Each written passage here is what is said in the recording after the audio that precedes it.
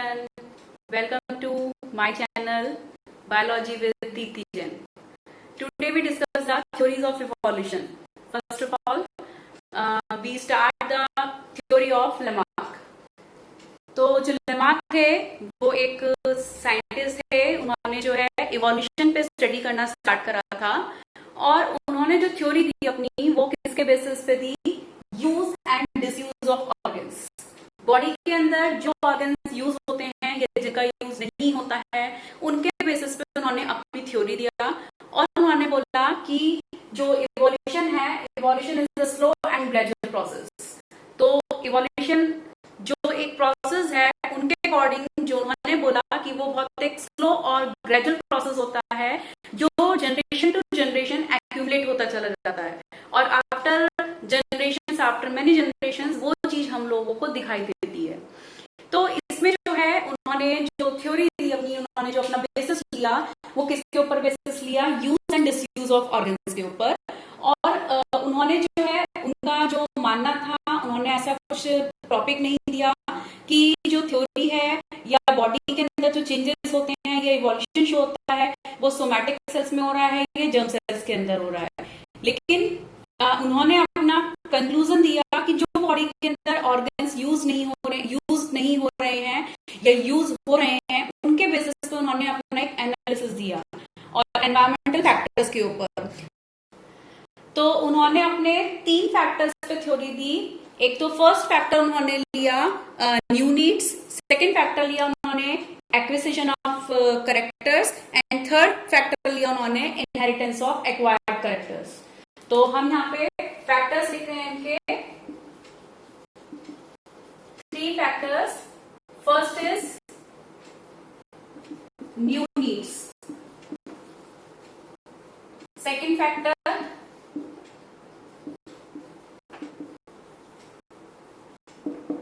acquisition of characters and third one is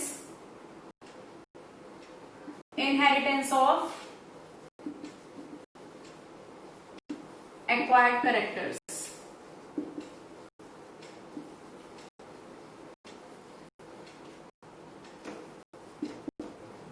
तो 3 factors इन्होंने लिए थे जिसमें कि फर्स्ट फैक्टर क्या है? New needs. तो न्यू नीड्स का मतलब क्या हुआ कि जैसे जैसे एनवायरनमेंट के अंदर चेंजेस आते हैं, एनवायरनमेंट के अंदर या हमारी रिक्वायरमेंट जैसे जैसे चेंज होती है, किसी भी ऑर्गेनिज्म की जब एनवायरमेंटल कंडीशंस चेंज हो रही हैं, क्लाइमेटिक कंडीशंस चेंज हो रही हैं, तो वहां पे उनकी रिक्वायरमेंट या बॉडी के अंदर भी चेंजेस आने स्टार्ट होते हैं। ठीक है, तो उसके अकॉर्डिंग जिस तरह की वहां पे चेंजेस आएंगे या जिस तरह की उनको रिक्वायरमेंट रहती है तो वो उस तरीके से अपने अंदर चेंजेस लाते हैं। ठीक है, अगर हम सोचते हैं हमें बहुत गर्मी लग रही है, ठीक है, गर्मी का टाइम है, समर कंडीशंस हैं, बहुत गर्मी है, तो हम लोग फैन ऑन करेंगे, कूलर ऑन करेंगे या फिर सबसे लास्ट ऑप्शन क्या बचता है? एसी का, कि एसी हम यूज करते हैं। तो उसी तरीके से ऑर्गेनिज्म में जब ऑर्गेनिज्म अपने आसपास का एनवायरनमेंट देखते हैं, अपने वहां पे चेंजेस देखते हैं, उस चेंजेस में पहले से आती हुई जो उनकी कंडीशंस हैं अगर वो उसके अंदर अपने आप को सरवाइव कर सकते हैं तो वो अपने अंदर कोई चेंज नहीं लाएगा। अगर उनको अपने अंदर चेंज लाना पड़ता है मतलब उस कंडीशंस के अकॉर्डिंग, तो वो अपने अंदर चेंजेस लाते हैं। अगर वो चेंज नहीं लाएंगे तो वो क्या नहीं कर सकते? वहां पे सरवाइव नहीं कर सकते, वो क्या हो जाएंगे? वहां से एलिमिनेट हो जाएंगे।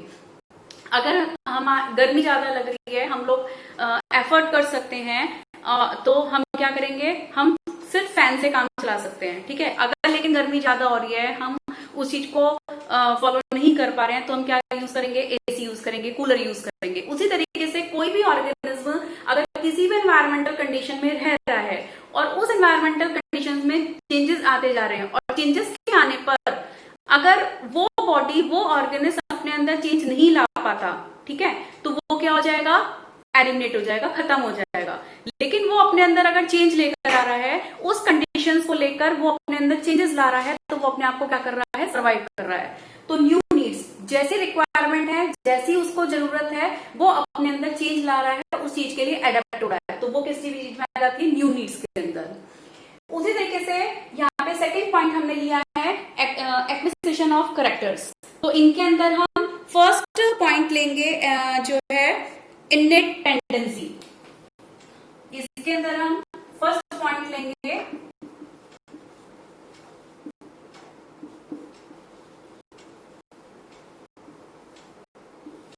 इनेट टेंडेंसी। ठीक है, तो इसमें इनेट टेंडेंसी जो है वो क्या होती है, जब किसी भी स्पीशीज में कॉम्प्लेक्सिटी क्रिएट होना स्टार्ट हो रही है और वो अपने अंदर कुछ परफेक्शंस के साथ, एनवायरनमेंट के साथ कुछ क्या ला रहा है, अपने अंदर चेंजेस ला रहा है। ठीक है, चेंजेस लेकर आ रहा है, तो उसको हम बोलते हैं इनेट टेंडेंसी। इनेट टेंडेंसी जब वो अपने अंदर चेंजेस लेकर आएगा एनवायरनमेंट के अकॉर्डिंग, या उसमें क्या कर रहा है, वो परफेक्शंस लेकर आ रहा है और इवोल्यूशन को क्या कर रहा है, जैसे जैसे ऑर्गेनिज्म को जरूरत पड़ रही है, वो अपने अंदर चेंजेस लाके उस कंडीशंस में अपने आप को सर्वाइव कर रहा है, तो वो क्या कहलाती है, हमारी इनेट टेंडेंसी। तो इसके ऊपर उन्होंने बेस लिया ये वाला पॉइंट। ठीक है, सेकेंड उन्होंने इस पे पॉइंट लिया था use and disuse of organ.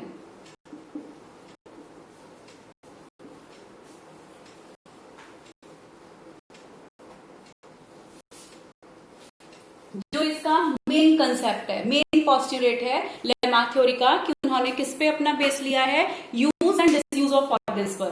तो use and disuse of organ से मतलब क्या हो रहा है कि जब कोई ऑर्गेनिज्म के अंदर कोई ऑर्गन बहुत ज्यादा कॉन्टिन्यूसली यूज में आ रहा है, तो वो क्या करता है, वो कॉन्टिन्यूटी में रहता है। ठीक है, अगर कोई ऑर्गन क्या नहीं हो रहा, यूज में नहीं आ रहा है, तो वो क्या हो जाएगा, ऑर्गन एलिमिनेट हो जाएगा। ठीक है, जैसे कि हमारी बॉडी में कई वेस्टिगल ऑर्गन्स हैं, है ना, तो वेस्टिगल ऑर्गन्स क्यों वेस्टिगल हो गए, क्यों रूडिमेंट्री हो गए, क्योंकि उनका हमारी बॉडी में कोई यूज नहीं है, वो यूजलेस हो चुके हैं। जैसे हमारा सबसे बेस्ट एग्जांपल लेते हैं हम लोग अपेंडिक्स का, वर्मीफॉर्म अपेंडिक्स।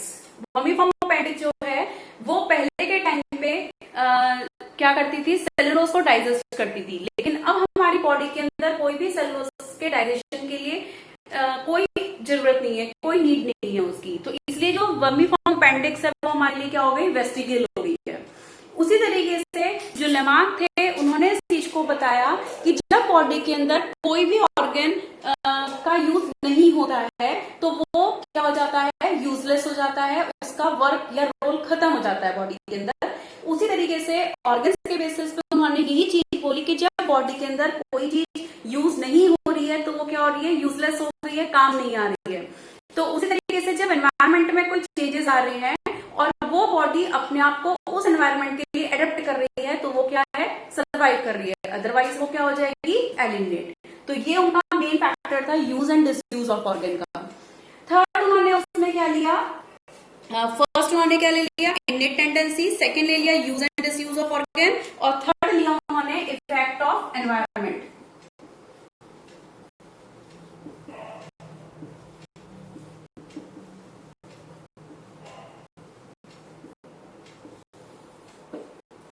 तो यहाँ पे भी वही चीज है एनवायरनमेंट में कि मेन जो है नेचर सब कुछ कर रही है। अगर नेचर हमारे लिए नेचर हमारे अंदर कोई चेंजेस नहीं लाएगी, अपने अंदर चेंजेस नहीं लाएगी, तो हम भी अपने अंदर कोई भी चेंज नहीं ला सकते, कोई न्यू स्पीशीज नहीं बनेगी, कोई न्यू वैरायटी नहीं बनेगी। तो सब चीजों के लिए जो रिस्पॉन्सिबल है वो कौन है, नेचर है, एनवायरनमेंट है।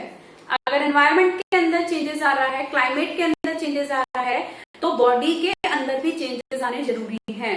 अगर बॉडी के अंदर चेंजेस नहीं आएंगे तो वो क्या नहीं कर पाएगा, सर्वाइव नहीं कर पाएगा।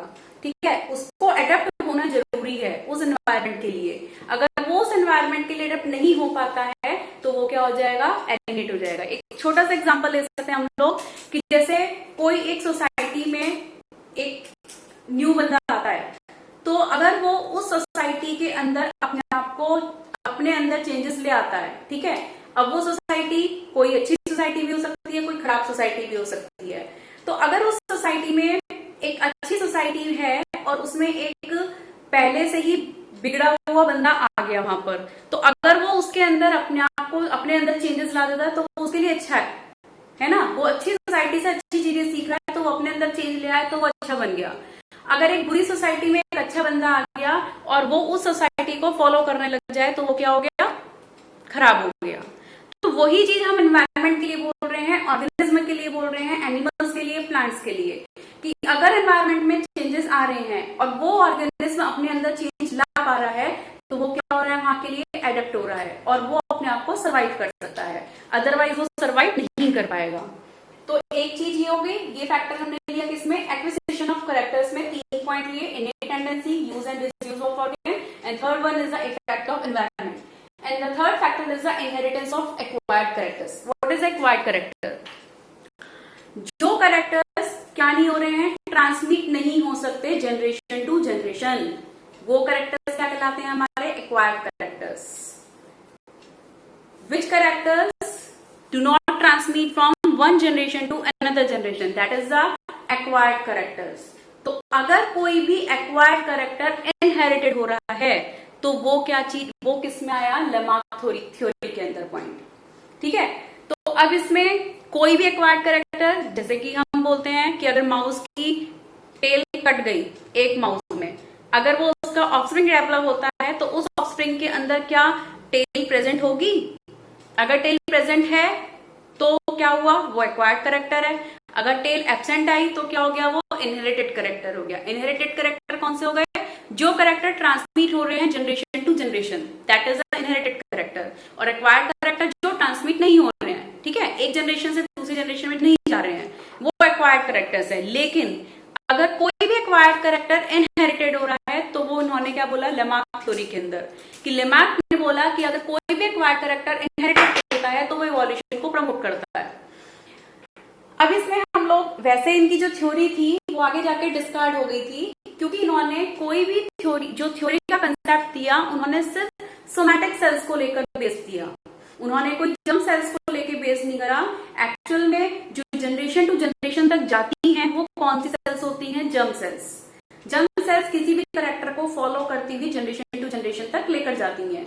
तो इन्होंने थ्योरी में अपने कोई भी जर्म सेल्स या सोमैटिक सेल्स को मेंशन नहीं करा, उन्होंने सिर्फ किस पे बेस दिया, use and disuse of organs, environmental factors के ऊपर बेस थी थ्योरी इनकी, कि एनवायरमेंट के अंदर जो चेंजेस आ रहे हैं उनको बॉडी अपने अंदर चेंज ला रही है तो वो अडॉप्ट हो रही है, सर्वाइव हो रही है, अदरवाइज एलिमिनेट हो रही है। लेकिन उन्होंने कोई भी इनहेरिटेंस को शो नहीं करा, जर्म सेल्स को शो नहीं करा, कोई जीन्स को इन्वॉल्व नहीं करा, तो इसलिए इनकी थ्योरी क्या हो गई, डिस्कार्ड हो गई। लेकिन इन्होंने जो एक एग्जाम्पल दिया था जिराफ का, जो सबसे पॉपुलर एग्जाम्पल है, पहले के टाइम पे जो जिराफ होते थे वो एक कैसे होते थे, डियर साइज के, हिरन की साइज के, छोटे होते थे। तो उस टाइम पे जो वेजिटेशन होता था वो किस तरह का होता था, मतलब बहुत कम वेजिटेशन था वहां पर उस टाइम पे। तो जिराफ ने क्या करा, जब पहले तक उसको वेजिटेशन, उसको अपनी ग्रोथ के लिए फूड मिलता रहा, तब तक वो अपना नॉर्मल रहा, ठीक है। लेकिन उसमें क्या हुआ, जैसे जैसे क्लाइमेट में चेंजेस आए, एनवायरमेंट में चेंजेस आए, तो क्या हुआ, वहां पे वेजिटेशन चेंज होना स्टार्ट हो गया। चेंज से मतलब कैसे हो गया कि जो ट्रीज थे वो हाइट में होते चले गए, है ना, हाइट में चले गए, तो जो उनकी लीव्स थी वो हाइट पर चली गई। तो अब जो जिराफ था वो छोटा था, तो वो उसको क्या नहीं कर पा रहा था, पकड़ नहीं पाता था। लेकिन उन्होंने क्या करा, अपने अंदर चेंजेस लाए, ठीक है, एडेप्टेशंस करा। उनकी जो 4 लिम्स थी और क्या थी, नेक, वो क्या हो गई, स्ट्रेच आउट होना स्टार्ट हो गई। तो स्ट्रेच होने से उनका साइज क्या होता चला गया, जो नेक थी और जो 4 लिम्स थे वो क्या हो गए, हाइट में इंक्रीज होते चले गए, है ना। और इंक्रीज होते होते क्या हो गया, वो एक जिराफ की शेप में आ गए। जो हमारा मॉडर्न टाइम है, एट प्रेजेंट टाइम है, उस टाइम पे जो आप जिराफ देख रहे हो वो इवोल्यूशन का पार्ट है। धीरे धीरे एक डियर के साइज से वो धीरे धीरे इंक्रीज होते होते आज के साइज जिराफ के साइज में दिख रहा है हमको। तो वो क्या चीज है, इवोल्यूशन है, ठीक है। क्योंकि उन्होंने अंदर एनवायरमेंट के अकॉर्डिंग अपने अंदर चेंजेस लेकर आए। उन्होंने अपनी नेक को स्ट्रेच करना स्टार्ट करा ताकि वो अपना फूड ले सके। अगर वो ऐसा नहीं करते तो क्या होते, मर जाते बेचारे, खत्म हो जाते, तो हमें आज जिराफ ही नहीं देखने को मिलते, ठीक है। तो उन्होंने अपने अंदर अपनी नेक को स्ट्रेच करा, 4 लिम्स को स्ट्रेच करा। तो ये जो स्ट्रेचिंग करी उन्होंने, ये उनकी जनरेशन टू जनरेशन तक ट्रांसमिट हुई, ठीक है। तो ये कैरेक्टर उन्होंने ये चीज दी, इनहेरिटेंस ऑफ एक्वायर्ड कैरेक्टर। उनका ये कैरेक्टर क्या होता चला गया, इनहेरिटेड होता चला गया, जिसका कि वो आज का हमारा जिराफ दिखा। तो इसका बेस्ट एग्जांपल हमारे पास क्या है,